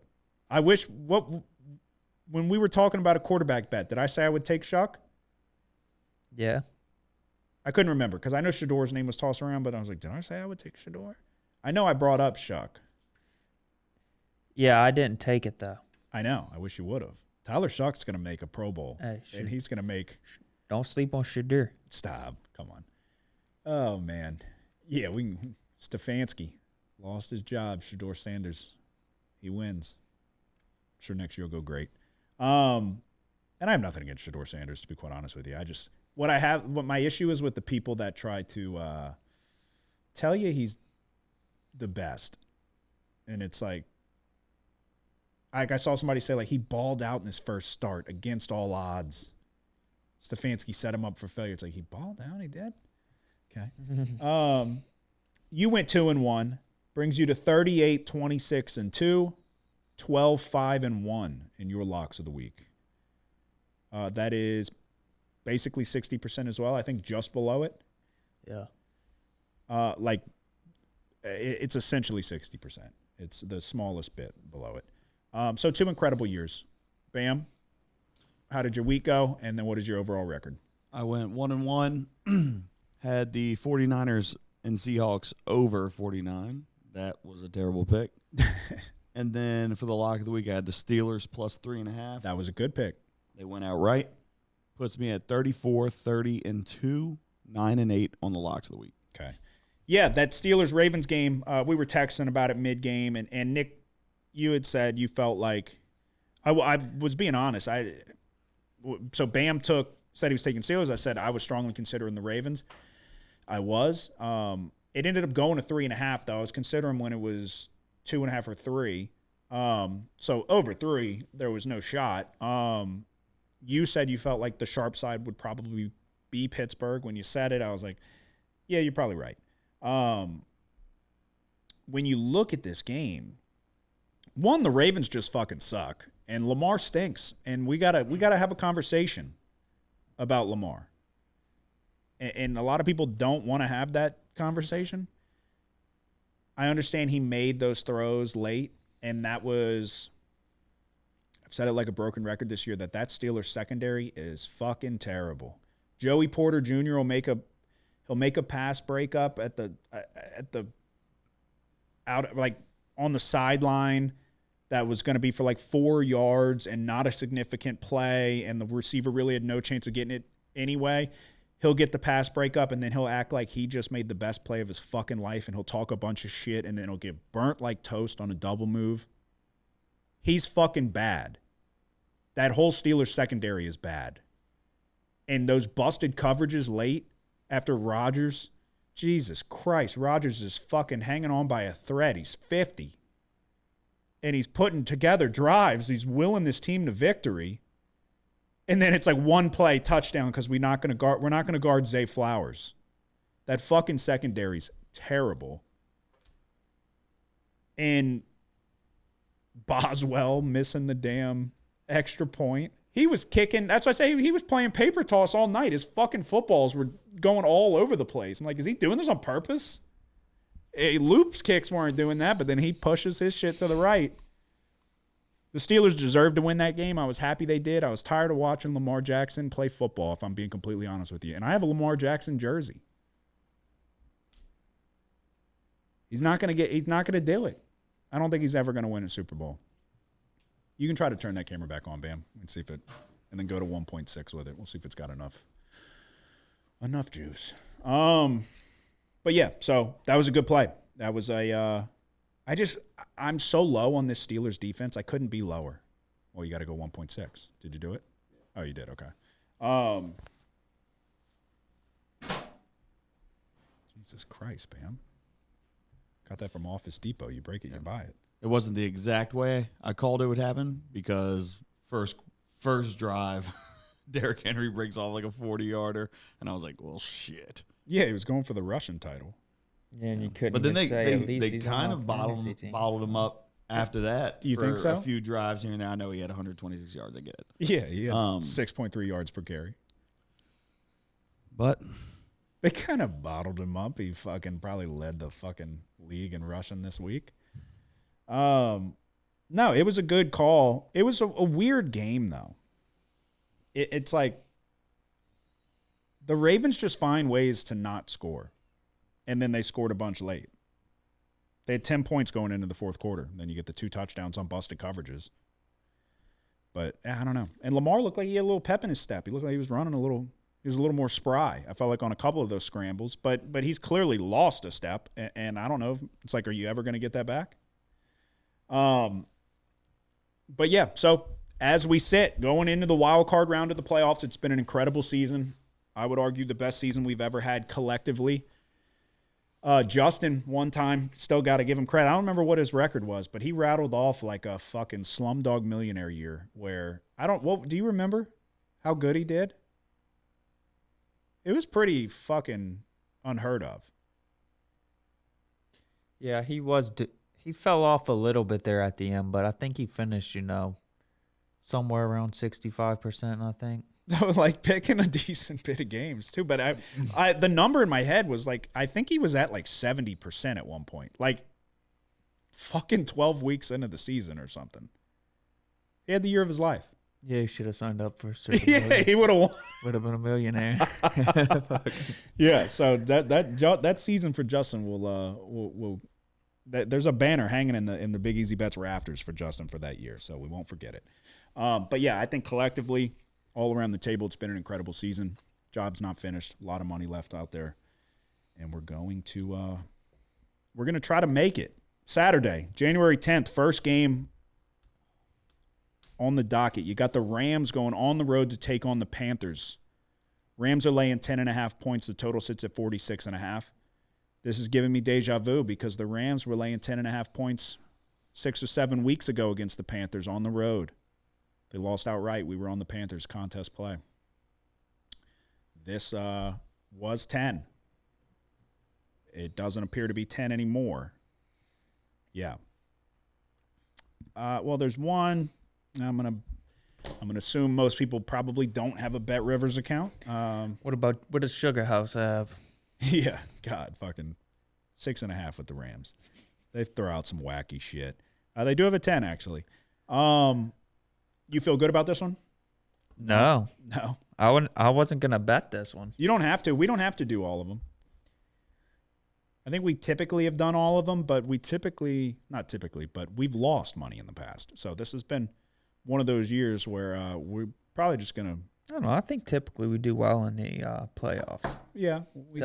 But maybe it's opposite this year. No, I mean, when you're as sharp of an NFL brain that we've got, it's hard not to do well. So, knock on wood. But I'm going to lay 10.5 points with the Rams. I bet it at 10. I think there were even 9.5 floating around out there. Or did we just? I'm heavily invested in this Rams team. So, and I told you I bet it at 10. For the sake of the show at 10.5, should I just say fuck it and not do it? I bet the Rams plus 550 to win the Super Bowl after they lost to Atlanta. And it's a pretty substantial futures bet. And then I did bet the Rams at 10. If the Rams lose, I'm ruined. If they were to fucking lose this game outright, I'm ruined.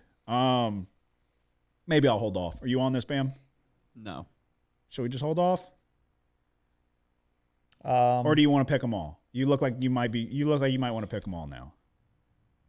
I only got 3. I don't want to pick them all. No? Okay. I mean, there's 3 of these I don't like at all. Okay. And which one's your lock? really 4. Bills, Jaguars. Okay. Is it really now? Interesting. Okay. All right, then I'll stay away. I think I'm only gonna have 2. Oh. So you're that scared. Jesus. I don't like that one, and I don't like the final 3 games. I beg to differ. All righty. So take that with a grain of salt. We are going to have no action Rams Panthers for what it's worth. I don't like this Panthers team, and you got to go cross country again for the Rams in a game where I'm just giving you my thoughts on it in real time. You had to play. You played the starters against the Cardinals in a game you wanted to win because you wanted this matchup with the Panthers versus having to go on the road to Philly. Now you got to turn around, go across the country.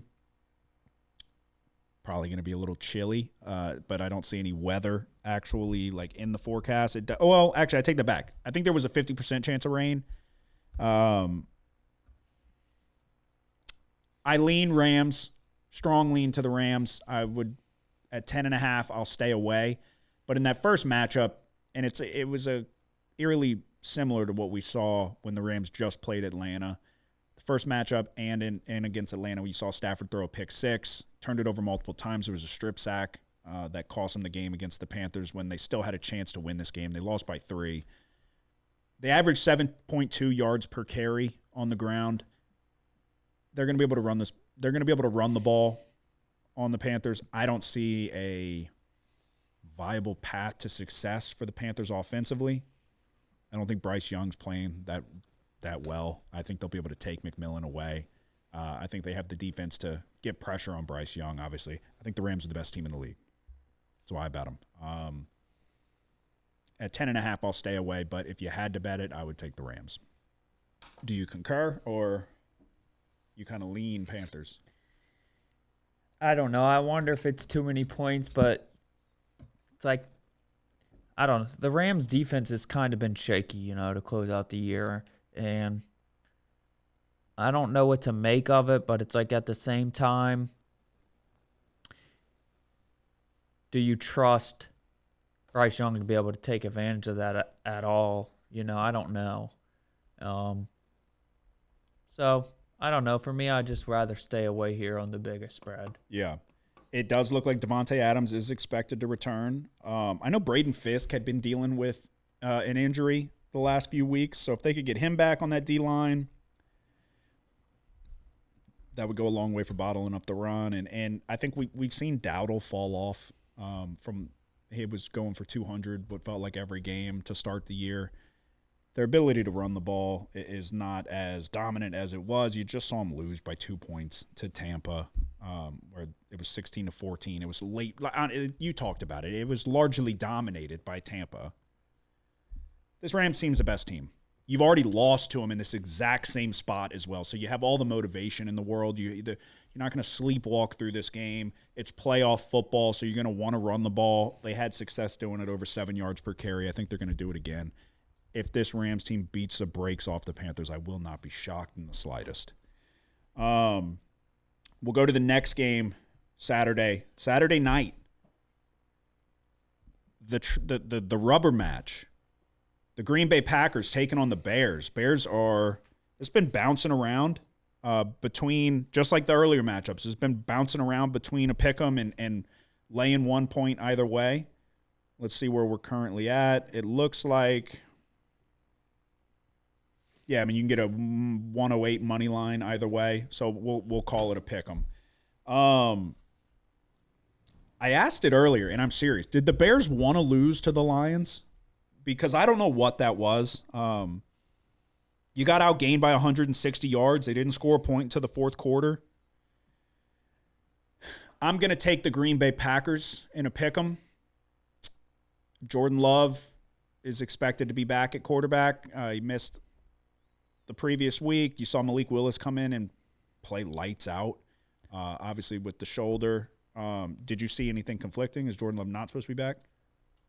No, I imagine he's back. Okay, I just heard you went. I looked it up earlier. He's back. Okay, I thought so. I just heard somebody go, like, I thought you were about to be like, actually, he's not. But if Willis is good to go, I think they should start Willis might be fucking better. Yeah. Jordan Love might be looking for a job here if Malik Willis. No, Malik Willis is going to get paid a bag in this offseason. That's what that means. But yeah, no, in all seriousness, I can't get that 49ers game out of my brain where Brock Purdy could do anything he wanted. You were hoping for a miracle for the 49ers to not score when they played the Bears. This Bears defense, I can't get it out of my brain. And you've got Chauncey Gardner-Johnson in concussion protocol. The obvious worry is the Packers' run defense. And then with Micah Parsons, since he got hurt, their pressure rate is just plummeted. I get it. I trust the Packers to pull it out late. You look in the first matchup, the Packers handled that game for a large portion, and there was plenty of opportunity. Bears made a late push. Bears had a chance to tie it at the end. We expected they would probably have gone for 2 as well. Caleb Williams threw an interception there. But then you look in the second matchup. So we were on the Packers in the first matchup. We were on the Bears in the second matchup. And it was a Christmas miracle for the Bears to win that game. You had the fourth down play to Jade Walker, which was an incredible play all around, incredible touchdown celebration. But then you had to get the onside kick. Romeo Dobbs alligator arms it. They somehow get it. You find yourself in overtime. You hit the walk-off touchdown to DJ Moore. It was an actual miracle for the Bears to win that game. Now you got the rubber match. I don't see how you go any other way. I'm taking the Packers in a pick'em. You on this? Yeah, this is one of the two I'm on. I'm going Pack. I think the Bears were fucked either way. Yeah. Because they just, you kind of question how good they are. I think, mid-season, this was the question, how good are they? And then, middle to the late season, they kind of hit a stride for a minute. But to close out the season, I just don't know. You look at that game against the 49ers, where the defense was a complete no-show. Then last week, like you said, they don't score until the fourth quarter. It's 16-0 for most of the game. It's like, what do you make of the Bears at this point? And the strangest thing was that the Eagles weren't even trying to get the 2 seed. So the Bears' loss didn't even affect their seeding. But it's like, okay, if the Eagles would have won, then the Bears will be playing the 49ers this week. Yeah. And good luck with that again. Yeah. 49ers would have much rathered that. Right. So, yeah, I think Jordan Love, getting knocked out for a couple weeks, it could benefit him. I think it could be a little some sense. Yeah, it could have been a little reset for him, and maybe he looks a little bit more sharper than he did before he got hurt. Where the Packers offense. And if he can't go, fuck him. As long as Willis's shoulder is good, and then we'll win by more because Malik Willis is better. No, in all seriousness, you look at this Bears team, and I think Ben Johnson's done a very good job. I think that they are ahead of schedule, which has been the trend. You saw the Commanders last year ahead of schedule. I think the Bears are moving in the right direction. I think Caleb Williams is going to be good. I just don't think that they're there yet to where they're going to beat this Packers team that has gone through their process of getting to where they need to go. I think the Packers are just a little bit step ahead of the Bears as it currently sits. To start the season, the Bears lose to the Vikings by 3, but you saw them beat the Raiders by 1, beat the Commanders by 1. They beat the Bengals 47-42 in a late push comeback. Mid-season, after shit had hit the fan for all these teams, they beat the Giants by 4 with a late comeback. The Vikings by 2 with a late comeback. We talked about what happened with the Packers, and they've had to make heroic comebacks against the bottom of the barrel teams, and they've had a lot of good fortune and luck on their side. I don't think that this is a reliable team. There's no way. It's Packers or nothing for me. There's just no way that I would feel good backing the Bears, so we're not. We're going to take the Packers money line. Don't worry about it if it died again. We're having ultimate technical difficulties, but we're going to battle through it. So, yeah, Packers. Bam, are you on this game? Nope. Okay. All righty, we go to Sunday. Your lock is in Bills-Jags? Yeah. Really? Side or total? Side. Oh, I already know. And I want to do it, but I don't know if I can. Fade fucking Captain America? All right, Bills and Jaguars. The Bills are laying 1.5. God, this total looks like it might have took money. I am so I didn't even talk about this. I did all my numbers for the playoff teams. For what it's worth, my numbers came out to have the Rams favored by 13.3. My numbers came out to have Green Bay favored by 1. And I had them getting a point here, but now it's at a pick 'em. My number came out exactly. Buffalo minus 1.5 on the road. And I don't know that I want to get in front of this Jaguars team that's playing incredible right now, winning 8 in a row. The 2 most impressive, they beat some bottom feeders, but the 2 most impressive wins was they beat the Chargers 35-6 at home. But more impressive than that, they went on the road to Denver, won 34-20. They're averaging 33 points a game over that winning streak. The Bills, 31st defensively in EPA per rush. With Trevor Lawrence playing well, Josh Allen on the other side, I'm going over. I'm taking the over. I'm not getting in the way of look, you had Josh Allen sit out last week, try to recoup with the foot and get as healthy as possible. I think that for what it's worth, we'll see which way you go with your lock. Side, I lean Jags. I don't know. Who are the Bills to be laying points on the road in Jacksonville in a playoff game? This is not a great defense. They're solid enough in pass coverage. I think that there's a path to success running the football for the Jaguars. I think that I think that getting Jacoby Myers, and they've got weapons, and that Lawrence is playing well. think we could see a little shootout here down in Jacksonville. So we're going to go over 50. I had 51. Let me get an updated number. 52. Great. I'd rather 51. We'll go over 52. Are you on this, Bam? No. Okay. I'm on the next one. Oh, really? The one I don't have a fucking opinion on. So, are you on the next one? No. Christ, we're just gonna blindly tail Bam. Do we agree to it? Hold on. Don't get information out of him to help with your decision. Do we blindly tail Bam? Do we put it on him?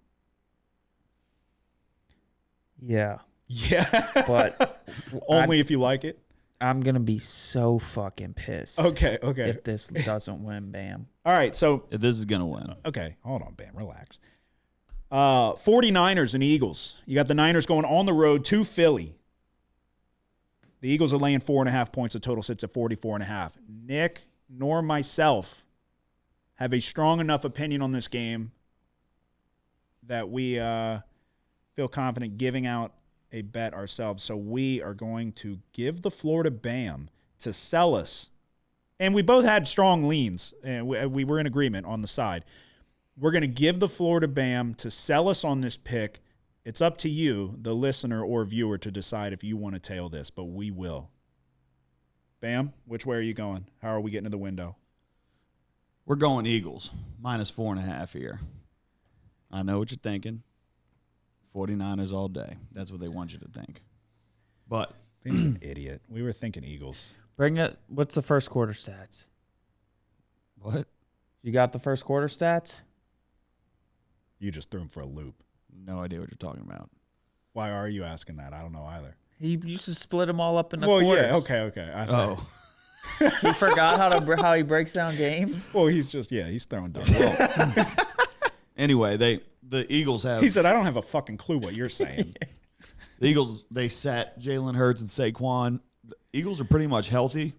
The Eagles are healthy. They're Yeah. expecting to get Lane Johnson back. Come on, Yeah. Bam. Look, Bam's like, I know what you're thinking. 49ers all day. Bam, we just watched the 49ers score 3 points on the Seahawks. They couldn't do a damn thing on the offensive side of the ball. Purdy's hurting his thumb. Everybody's hurt. They can't run the football. McCaffrey can't fucking run at all. He's just incredible at catching out of the backfield. That's why he's grading out so well. But this is a damn good Eagles defense. This is a defense that is comparable, not as good, but comparable, in my opinion, to the upper echelon defenses in the NFL. So you would imagine, if that is to be true, that they should be able to bottle up this defense, or this offense for the Niners in a similar fashion to what we saw with the Seahawks. And with on top of that, just to hammer home the Packers, this should let you know how fucking bad the Bears defense is. But that's neither here nor there. You're going Eagles, which means we're all going Eagles. Damn right. You agree? Yeah, I think this is a great play. Okay. So you tip your cap to Bam.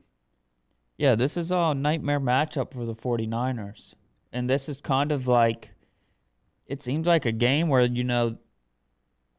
this could be a game where the Eagles get their mojo back. Yeah. Because the matchup just favors them so much. It's like you look at, you compared it 49ers Seahawks last week. This game is reminiscent of that, where, maybe the Seahawks are a little bit better version of the Eagles right now, but a lot of it, in my opinion. It wouldn't surprise me if the Eagles have more success, a lot more success offensively than the Seahawks did last week in terms of points scored. Yeah. I think for a team that can run the football but struggles to pass, and if there's a weakness in that offense, that's what it is that they're struggling to move the ball through the air and get the ball to A.J. Brown. It's going to be pretty easy to do that against this dog shit San Francisco secondary, So, yeah, that's the way we leaned. So good on you, Bam. Just stand on your fucking pick. Don't be, I know what you're thinking. Look, if as soon as I said it, you looked over to him. Because I was like, good. I knew he was praying to God. You said the Eagles. He just said he would be so mad if you went the way he thought you would go. But let me say this. You're sitting there like, I know what you're thinking, 49ers. If you know I'm thinking 49ers, then you need to be fucking thinking 49ers too. You need to be thinking I'm thinking the wrong thing with the Eagles if you know what we're thinking, okay? But good pick. We'll all take it. I will take it. And I'm betting fucking big this week, so you're going to cost me a fortune if you fucking get this wrong. There you go, Eagles. -4.5. I wish it was lower. You could have got a 3 if we were smart. You've got 2 games to go.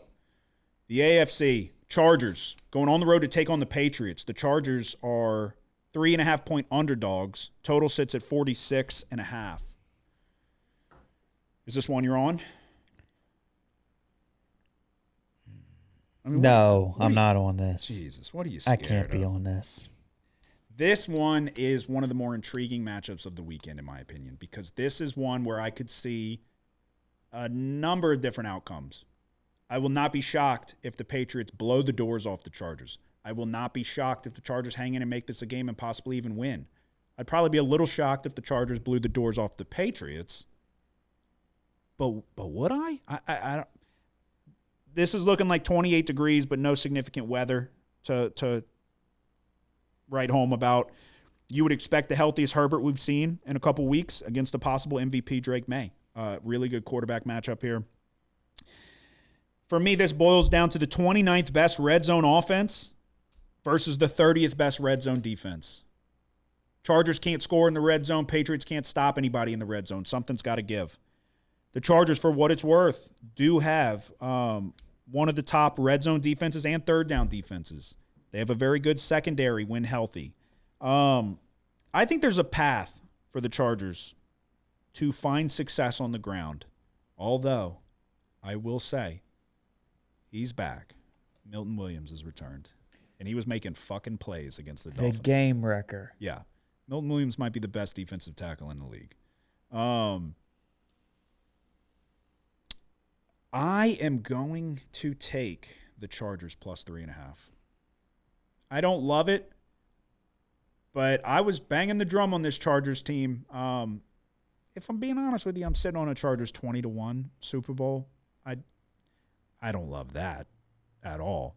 We've seen this Chargers team look fantastic this year. We've seen them look fucking terrible as well. Injuries decimated that offensive line. Got a little bit healthier down the stretch. Herbert's been dealing with the injury to his offhand. He's taken the last week or two off. You got Amari and Hampton back. You've got weapons that you can throw the football to. We've seen this Patriots offense who has played a bottom-of-the-barrel schedule, the easiest schedule in recent history. We've seen them get bottled up here and there for what it's worth. We've seen that offense go cold. We've also seen them torch the fuck out of the Ravens in the second half. So, noteworthy that Herbert has had struggles in the postseason. I think we see a little exercising of the demons here, and I think it's a close game. I'm going to take the Chargers plus 3.5. You on this, Bam? Yep. Are you really? Mm-hmm. Which way are you going? I am taking the over, 46. I think this is too low of a number for two really good quarterbacks. Stephon Diggs is snapping at the right time ever since he choked out his chef. I think this will go over pretty easily. Well, that's only been 1 week. What did he do last week? Well, he did it December 2nd, and then ever since then. No, he's been yeah, going but crazy. it hasn't been mainstream news. Yeah, but in his mind, he's like, Bam, you come up with these weird ways to justify when you can just leave those out of the equation. Because what did he say? He's like, they fucking bottled up the vaunted Browns rushing attack, and they were running with Dylan Sampson. Damn, Stephon Diggs went 3 for 43 last week. what did he do the week before that? Who gives a rat's ass? They played the Jets. What about the week before that? Let's see. What did he do? 6 for 101. Week before that against the Ravens, he did 9 for 138. It's pretty good. It's pretty good. So you think it's because the news came out that he choked out his chef and said, quote, unquote, fuck, I look like paying 2 chefs in the text messages. What'd you say exactly? Hmm? You said he's Yeah, Yeah, he said some Yeah. some jive You said He's he's been snapping. Yeah, he's Snapping. snapping lately. type shit. Like snapping on his fucking employees. Huh? Yeah, snapping necks. Yeah, I would lean over too, but I don't love it because the Chargers really struggle in the red zone, but they're also pretty damn good defensively in the red zone too. But you got a good kicker in Dicker, and then you've got Borogalis who can hit from fucking another area code. Yeah, I'll take the Chargers. Won't be shocked if the Patriots beat the brakes off of them, but I think that offense and I think the defense is capable of bottling up Drake May in this offense and Stephon Diggs specifically. Then you got one play left. This one is going to be my lock. The Texans taking on the Steelers. Houston's laying 3 points on the road. The total sits at 39.5. Are you on this? No. Oh, Jesus. Are you on this, Bam? I'll lock. Okay. Which one is your lock again? Bills, Jags? Alrighty. Alrighty. That is our best bet for for the NFL. Sorry. All we have left is our locks of the week. No such thing as a lock, but if there was. It's a lock, Kramer. You've had this thing under control for almost 3 years now. But it's a lock. They need that fucking juice. They need that next bet. They need. Come on. Yes! When they win, they go fucking crazy. You're a bad motherfucker. Go in that shower, grab your fucking nuts, and tell the world somebody's sniffing my fucking nutsack today. Cause I ain't got time to fuck around no more. Alrighty. For my lock of the week, we're having technical difficulties, so we got to go with the main camera. For my lock of the week, we're going to Texans and Steelers, and we are going to take the under 39.5. Steelers keep finding a way to pull out wins at home, but you saw it firsthand. I just had a complete lapse in my fucking thought process there. Redo it. My lock of the week is going to be Texans, Steelers, under 39.5. I don't think the Texans pose a legitimate threat of running the football. The Steelers obviously have a pass rush. Are the Texans able to take advantage of a porous secondary for the Steelers that we saw Lamar Jackson and Zay Flowers take advantage of late in that game, where the Steelers kind of just collapsed? I don't know that the Texans will be able to hold up in pass protection, that they can have a ton of success throwing the football, and Houston can hit some explosives here and there, but I trust the Steelers defense at home. But more than that, I trust the Texans defense to bottle up a Steelers offense that, in the absence of DK Metcalf, couldn't do much of anything. They're getting DK Metcalf back. That's great. Let me introduce you to Derek Stingley. That offensive line, it's going to be a tough go with the defensive ends that Houston has, and I think we're going to see pressure early and often. I didn't feel comfortable enough laying the points with Houston. I'm going to back the defense in the form of the under. Cold, Pittsburgh, playoff football, I think low number for a reason. We're going to go under 39.5, Texans, Steelers. Yeah, what is the weather there? It's cold. I'll look it up. That's what I meant to. I was trying to fucking think what I wanted to. I don't see, from what I remember, there was nothing significant other than it's cold. 30 to 35 degrees. So not like anything crazy. No, then. Yeah, it'll be 33 degrees at kickoff. Okay. Yeah, mid explanation, I just completely lost my fucking. I was about to say the opposite of what I meant, so we had to call a mid thought audible. Which way are you going for your lock of the week? It's a lock, Kramer. Yeah, I'm gonna go. I'm gonna take Jacksonville plus 1 point, and That fucking juice. They just to me, this whole year has kind of been. I don't know what to make of the Bills from this whole year. It's like I thought, last year they were a little bit lucky with turnover luck. It's like the most important stat in football, but it's like after last year and even coming into this year, it's a hard thing to sustain is having that high turnover margin like that. But I don't know. Outside of that, this defense, I just don't like this defense much at all. And then you got the number one rushing attack in Buffalo going against the number one rush defense in Jacksonville. It's like, to me, the matchup doesn't favor the Bills very much at all. I think if the Bills were to win this game, it's going to take a pretty heroic effort from Allen. And he's certainly capable of doing it, but I just don't know. They don't have the weapons. Yeah, I certainly lean Jacksonville as well. Jacksonville's hot. They are. And Trevor Lawrence is 8 in a row. not playing like the Trevor Lawrence of the first half of the year. I just worry because he's got it in him. But well, he's running more. He's certainly making more. His throws are more decisive, I would say. Yeah. No, I also think it. Look, like I said, I'm on the over in that one. I heavily lean Jacksonville, and I think exactly what you said. The matchup favors Jacksonville, and they're setting the table where they're like, no excuses for Josh Allen this year. Mahomes is out, Lamar's out, Burrow's out. Like, nobody's in the postseason. It's like, yeah, the defense fucking sucks. Their defense stinks. They can't generate a serious pass rush, and they can't stop the run. They're 31st in EPA against the rush. So, EPA per play against the rush. I'll still go over because I think that I think there's going to be plenty of opportunity to score points for Jacksonville, and I think Josh Allen will will some points up there on the board for sure. So, I think it's playoff football. You're going to see they're going to be going for it on fourth down. There's going to be boom or bust situations in the red zone, I'm sure, that are going to tell the tale. But I trust Josh Allen with his legs as long as that foot's okay. He's had time to heal up, and then you said it. Trevor Lawrence is making shit happen with his legs as well. Getting Jacoby Myers was a huge pickup for them, and maybe Joseph was on to something in fantasy. Except he traded fucking CeeDee Lamb for him. Yeah, I'm with you. Bam, what is your lock of the week? Going to the Texans at Steelers. I am taking the Texans here, -3. You're fading your Steelers? Yes. Really? Mm-hmm. Yeah, that's the way I would certainly lean. What about you? You like the Steelers? This one's so tough. Is it, though? Yeah. When goddamn... So you're a bit... I mean, you love Rodgers. I can see it. That's what it is. Will Anderson is going to bend Rodgers over. No, it's not that. It's a dome team going up. That's very play true. in the cold. I just don't like laying.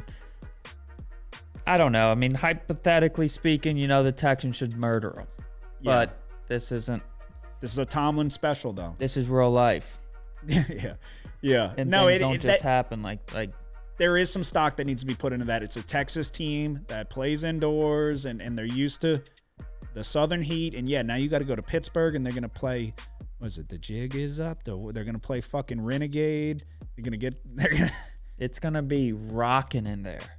The worry for me, and that's why I'm going under, is that offensive line for Houston. And you've got, if that defense can do anything, it's rush the passer. You've got revolving doors on that O-line. C.J. Stroud, which Stroud are you going to get? There's not much of a... And Metcalf's back. Yeah, but come on. That's huge. Yeah, it is huge, yes. But Derek Stingley is going to fucking... Come on, don't disrespect Stingley. Too little.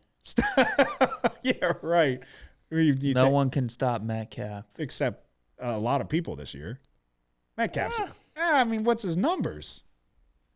Bam. I'm arguing on your behalf, basically. Give me some yards per catch. Bam. Nico Collins is going to have a phenomenal game. I don't think so either, but... Metcalf yards per catch. Well, yeah, but, I mean, if he hits a couple deep balls here and there... It's huge. Metcalf's yards per catch as of early January 2026 is 14.4 yards.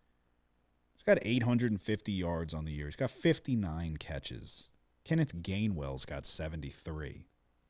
Well, Metcalf was out 2 games. Yeah, but... 0 catches for 2 games. Yeah, I guess. I think Metcalf is huge because... No, he certainly is. That offense can't do a damn thing in his absence other than Rodgers making magic happen there late.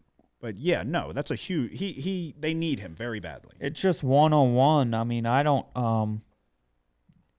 It can be good coverage. Rodgers is really good if you leave his outside receiver one-on-one. He's been like this for years. That's what made Devontae Adams and him so good together. And you see him go to it a lot, is just, even if it's perfect coverage, he can put that ball in a spot where only his guy can get it. Yeah. And with a size advantage like Metcalf, that's really what you were worried about the final 2 weeks, the Steelers fighting for the playoffs, is not having him, but they made it through. Yeah. No, and you got to tip your cap to them. They did. And yeah, I think Southern team going up to Pittsburgh in the weather. Which way would you lean total wise? I would have to go under. Yeah, there's no way you go over. Come on. This is gonna be 13-10. Take your pick. There you go. That is our best bets for the NFL wild card round. To recap, I am going to take the Packers +1, Bills and Jags over 52, Eagles -4.5. Jesus. Eagles -4.5, Chargers +3.5, and my lock of the week, the Texans Steelers under 39.5. We got Packers in a pick'em, Eagles -4.5, and Jaguars +1 for the lock. Going Chargers, Patriots over 46, Eagles -4.5 for the lock of the week, Houston Texans -3. There you go. That is our best bets for the college football playoff and the NFL wildcard rounds. Ladies and gentlemen, we have an incredible week of football ahead. You've got playoff game on Thursday, playoff game on Friday in college, and then you run the gauntlet throughout the weekend with the NFL playoffs. There's a lot of money still left to be made. So we might as well make it. Do you have anything to say before we go? Nope. Bam? Nope. Episode 249 is in the books. Again, hit the like and subscribe button. I appreciate it more than you could know. This has been an incredible year, and we're going to try to finish strong in the postseason, make a little postseason push. Y'all have a good one. Who dat? The house always wins. Play long enough, you never change the stakes. The house takes you. Unless, when that perfect hand comes along, you bet big, and then you take the house. Been practicing this a little bit. Did I rush it? Felt like I rushed. That was good. I liked it.